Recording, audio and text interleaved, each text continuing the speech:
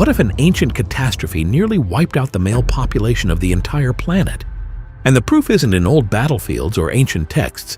It's hidden in our DNA. That's right, the blueprint of who we are holds clues to what might be humanity's first global conflict.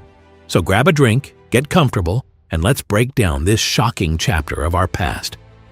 Now, I know what you're thinking. Another doomsday theory? But hear me out, because this is based on some pretty compelling scientific research. Geneticists examining human chromosomes made a startling discovery. Evidence of a massive genetic bottleneck that occurred several thousand years ago during the late Neolithic period. For those who need a quick refresher, a genetic bottleneck happens when a population experiences a dramatic reduction in numbers, which results in lower genetic diversity moving forward. Think of it like this. If you start with a bag of 100 different colored marbles and suddenly lose 95 of them, the next generation of marbles will only show the colors of the 5 that remained. That lack of diversity leaves a genetic fingerprint that scientists can detect thousands of years later. What makes this particular bottleneck so bizarre is that it primarily affected the Y chromosome, which, as you probably know, is unique to males and passes from father to son. When researchers looked at mitochondrial DNA, which passes from mother to child, they found no comparable drop in diversity. This suggests something truly unprecedented happened that decimated the male population while largely sparing females. And when I say decimated, I mean absolutely devastated. Researchers estimate the effective male population across Africa, Europe, Asia, and the Middle East was reduced by up to 95%. That would mean only 1 in 20 men survived whatever happened. For comparison, even the most catastrophic events in recorded history don't come close to this level of male-specific casualty. If something similar happened today, we'd be looking at a loss of nearly 4 billion men, leaving only about 200 million alive worldwide. So what could possibly cause such a gender-specific catastrophe? Natural disasters like volcanic eruptions or climate shifts would affect everyone roughly equally. The most plausible explanation, according to researchers, points to an unprecedented period of human conflict, essentially a prehistoric world war that raged across continents and resulted in the systematic killing of men, while women were often captured rather than killed. Now, if we're going to make a claim this extraordinary, we need evidence beyond genetic markers. And surprisingly enough, the archaeological record does seem to support this theory. Across Europe alone, researchers have identified over 250 sites dating to the late Neolithic period where violent deaths occurred. When compared to earlier or later periods, Neolithic human remains show an unparalleled amount of trauma and injury. One analysis of over 2,300 early farmer remains found that more than 10% displayed injuries consistent with weapon attacks. Another study examining 3,138 individuals from Spain showed that 23% had signs of violent trauma, with adult and adolescent males being disproportionately affected. Almost all of the individuals with unhealed injuries, 97%, were males, and 81% of those with healed trauma were also male, suggesting many men endured multiple violent encounters during their lifetimes. These numbers might not immediately suggest a 95% male death rate, but researchers point out that many fatal attacks don't leave marks on bones. In fact, studies show that only about 15% of fatal attacks with sharp weapons leave any bone lesions at all. Plus, we need to consider indirect conflict-related deaths from infection, disease, starvation, and displacement. Let's look at some specific archaeological sites that paint a picture of just how brutal this period was. One of the most chilling is the Talheim death pit in Germany, dating back to around 5000 BCE. Here, archaeologists found the remains of at least 34 individuals who had been brutally slaughtered. What's particularly disturbing is that none of the skeletons showed defensive injuries, suggesting they were running away, not fighting back. Most victims were killed with either the sharp or blunt side of adze-like tools, while only 3 were killed by arrows. Analysis showed that attackers typically aimed for the head, with almost all victims suffering lethal cranial injuries, sometimes on top of already fatal wounds elsewhere on the body. The breakdown of victims at Talheim tells us something important about the nature of this violence. Among the dead were 16 children, 9 adult men, and 7 older women. Noticeably absent were younger women, which is actually a common pattern across Neolithic massacre sites. This suggests that younger women were viewed as valuable resources to be captured rather than killed, a grim reality that helps explain the gender disparity in survival rates. Another disturbing detail about Talheim is that it was a fortified settlement with palisades, indicating that people during this time recognized the need to wall themselves off from other humans. This wasn't isolated to Talheim. Many Neolithic settlements show evidence of defensive structures. And sometimes those defenses weren't enough. Take the massacre at Schletz in Austria, which also occurred around 5000 BCE, not far from Talheim. This attack was even deadlier, with remains of around 200 victims discovered in a mass grave. Like at Talheim, there was a notable absence of adult women among the dead, suggesting they were captured. But Schletz shows an even more disturbing level of brutality. Many victims were found missing their arms and legs, while severed skulls were discovered separately, indicating torture and dismemberment. This might have been part of the attacking group's ritual or tradition, and different warrior groups across the Neolithic world had different practices. In parts of Asia, for instance, headhunting was particularly common.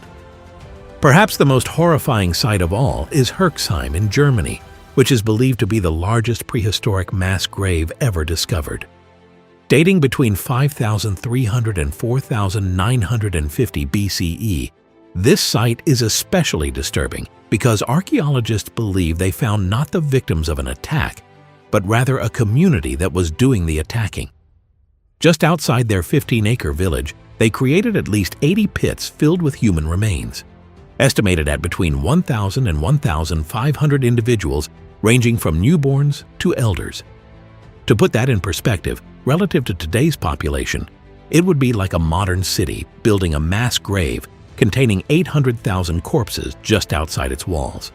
The treatment of bodies at Herxheim reveals a methodical and ritualistic approach to killing.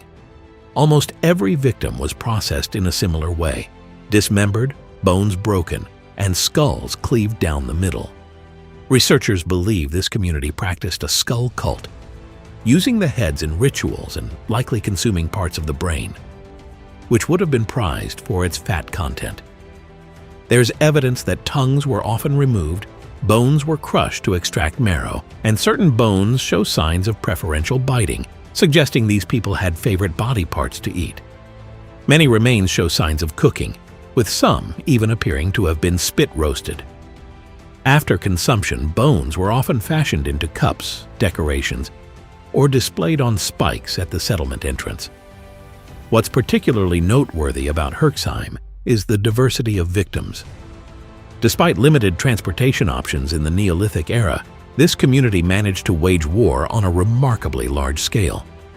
Isotope analysis of the remains shows that victims came from vastly different cultures, some located up to 300 miles, about 480 kilometers, away.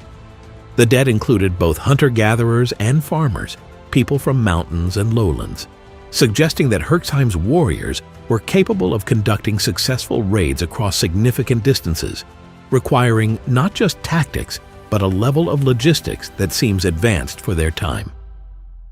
And all this from a settlement that, while large by Neolithic standards, probably housed fewer than 50 people.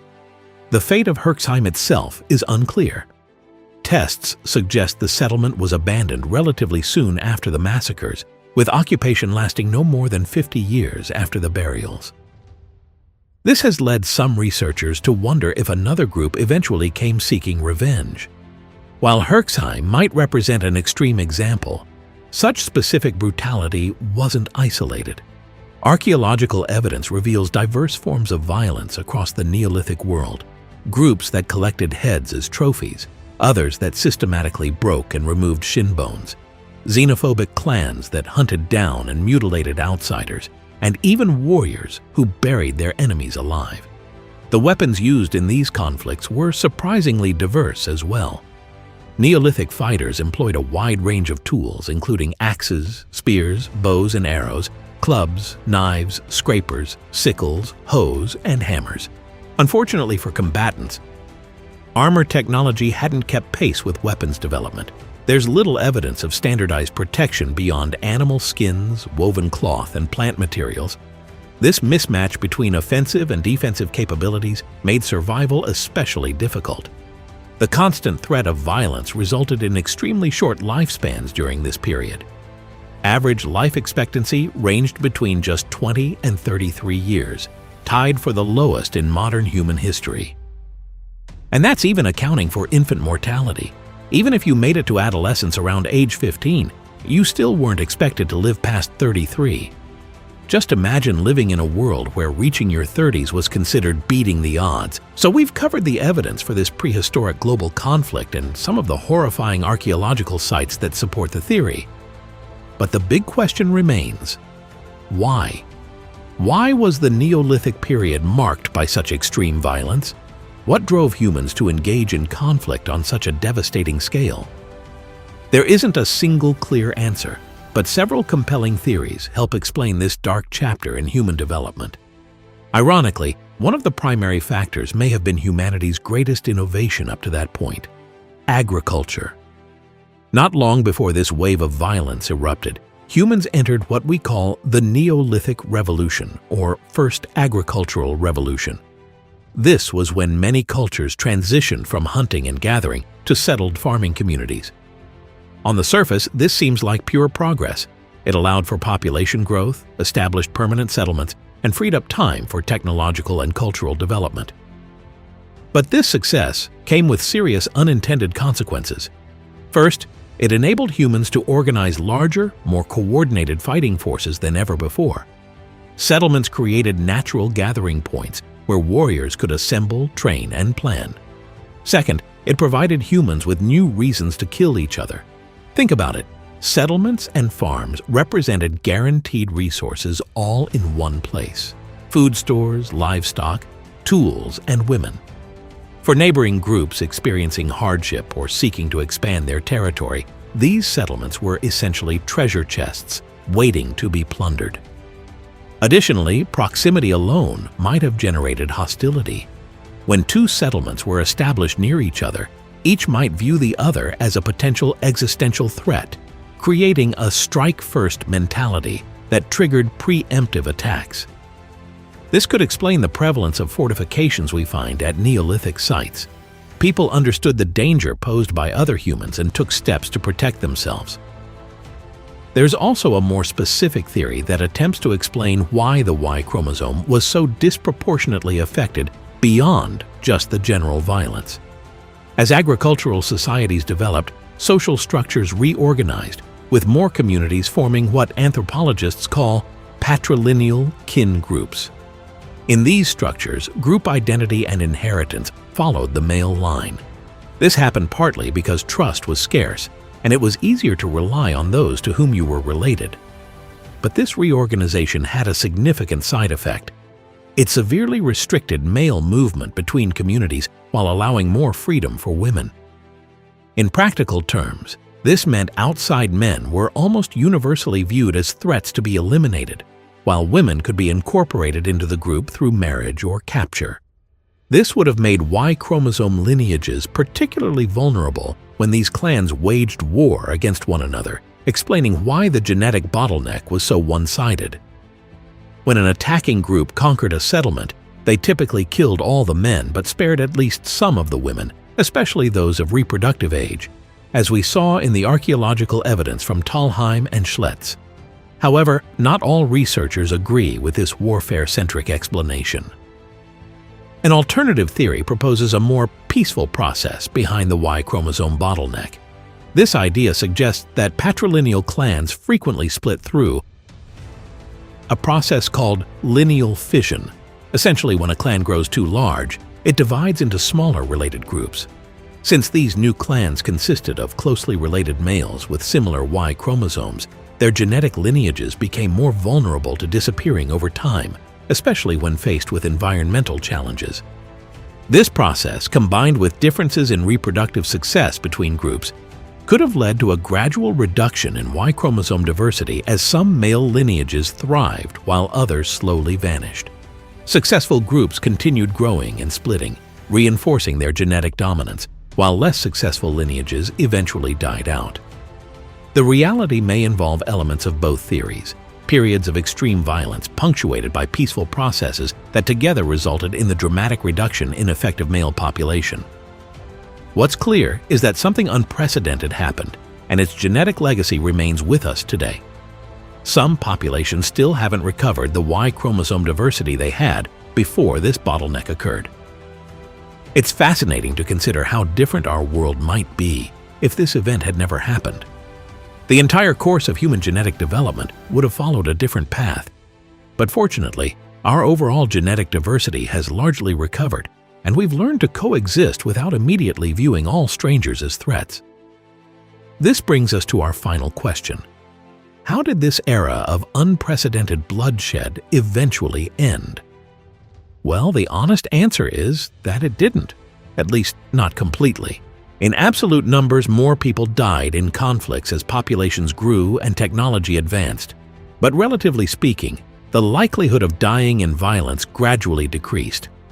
As societies became more complex and established trade networks and diplomatic relationships, the incentives for peaceful interaction began to outweigh the benefits of constant warfare. The real turning point, however, came much more recently than most people realize. When we examine the data from the past 600 years, we can see that significant reduction in conflict only really began about 100 years ago. The number of new conflicts starting each year has been on a mostly downward trend since World War I. Despite what the daily news might lead us to believe, we actually live in an extraordinarily peaceful world compared to our ancestors. This is reflected in our life expectancy, which at around 72 years globally is more than 3 times the life expectancy during the Neolithic period. Of course, we face plenty of our own challenges today, but most of us don't have to worry about skull cults and shin bone collectors anymore, which I think we can all agree is progress. It's remarkable to consider how the story of this forgotten prehistoric war was hidden within our own DNA all along. Science continues to uncover these ancient secrets, revealing chapters of human history that predate written records.